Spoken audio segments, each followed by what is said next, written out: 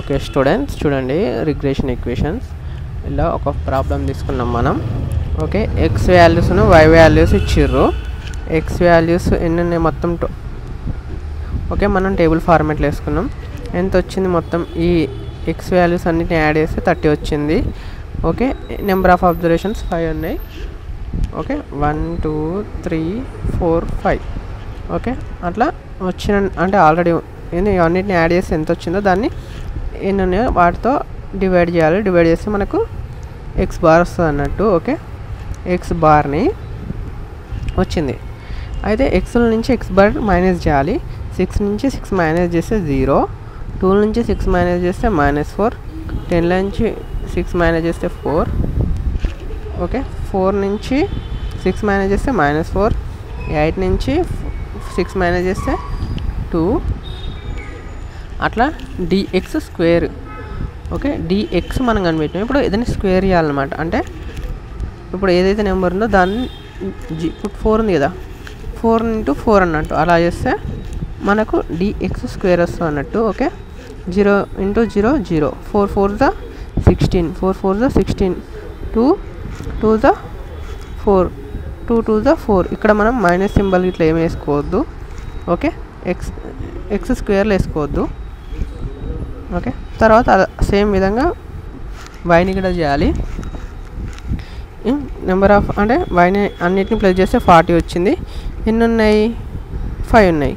Okay, మొత్తం 40ని divide by 5 చేస్తే మనకు వై బార్ వస్తుంది. ఓకే, వై బార్ని వైల నుంచి మైనస్ చేయాలి. 8 కదా వచ్చింది. 9 నుంచి 8 పోతే 1.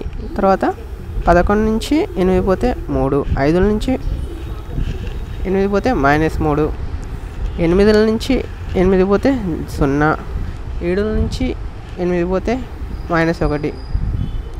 ఓకే, ఇప్పుడు Y square. Okay, same 1 into 1 1, 3 3 okay 9, -3 into -3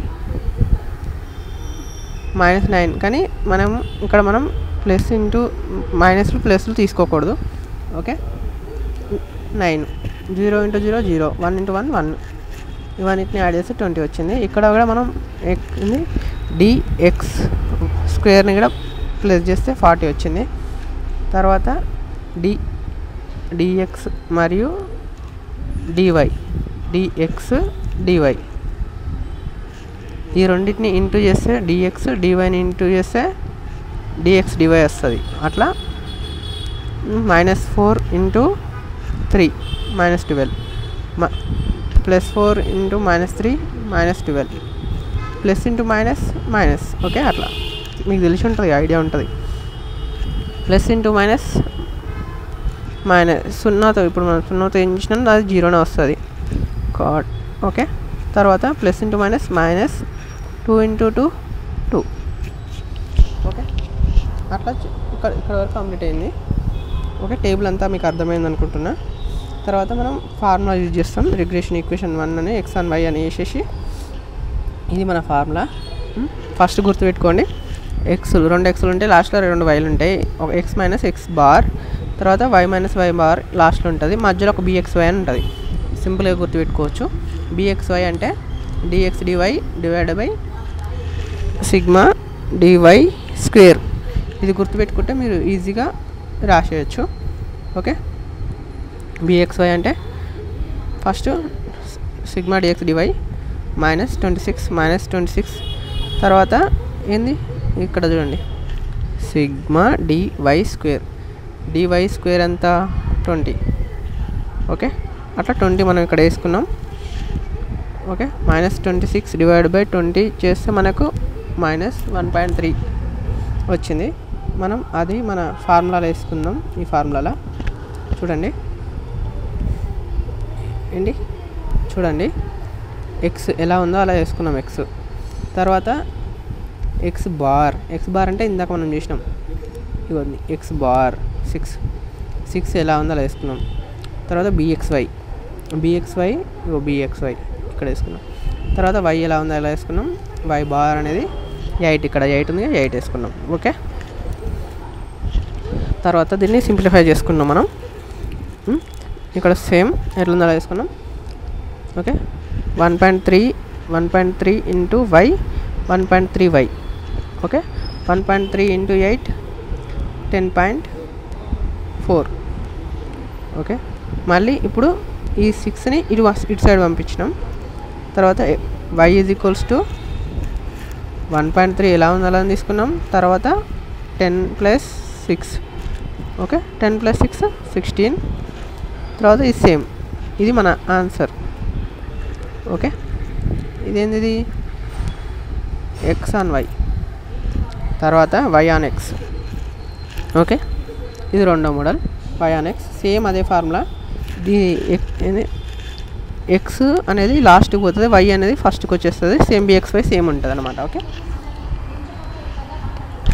తర్వాత అక్కడేమో bxy, ఇక్కడేమో byx. ఇది గుర్తుపెట్టుకోండి. Same formula. అక్కడేమో y² ఉంటుంది, ఇక్కడేమో x² ఉంటుంది. ఇది కూడా same. Okay byx equals to ఏంది dx, సిగ్మా dx dy ఎంత 26 ఇందాక చూసినాం. తర్వాత సిగ్మా dx² అంతా ఇవ్వండి, dx² 40. ఓకే 40 ఎట్లుందో అట్లా వేసుకున్నాం. తర్వాత -26 divide by 40 equals to -0.65. Okay దాన్ని మనం ఫార్ములాలో వేసుకుందాం. y ఎలా ఉంది, y అలానే వేసుకున్నాం. తర్వాత y బార్ ఈక్వల్స్ టు 8, byxని ఎట్లుంది అట్లా వేసుకున్నాం. తర్వాత y బార్ ఫార్ములాలో వేసుకున్నాం. తర్వాత ఫార్ములాని సింప్లిఫై చేసుకున్నాం సింపుల్ ఈజీగా. ఫస్ట్ ఇది ఏంది 0.65 ఇంటూ ఎక్స్ 0.65x. తర్వాత 0.65 ఇంటూ 6 3.9. ఓకే తర్వాత ఈ 8ని ఇటు సైడ్ పంపిస్తే ఇక్కడ ఏం చేస్తుంది, మైనస్ చేస్తుంది. ఇటు సైడ్ వస్తే ప్లస్ చేస్తుంది.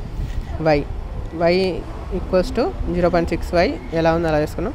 తర్వాత ఇది కూడా సేమ్ ఎలా ఉందో ఇక్కడ ప్లస్ చేస్తుంది కాబట్టి ఇక్కడ మైనస్ ఇక్కడ మైనస్ చేస్తుంది కాబట్టి ఇక్కడ ప్లస్ చేస్తుంది.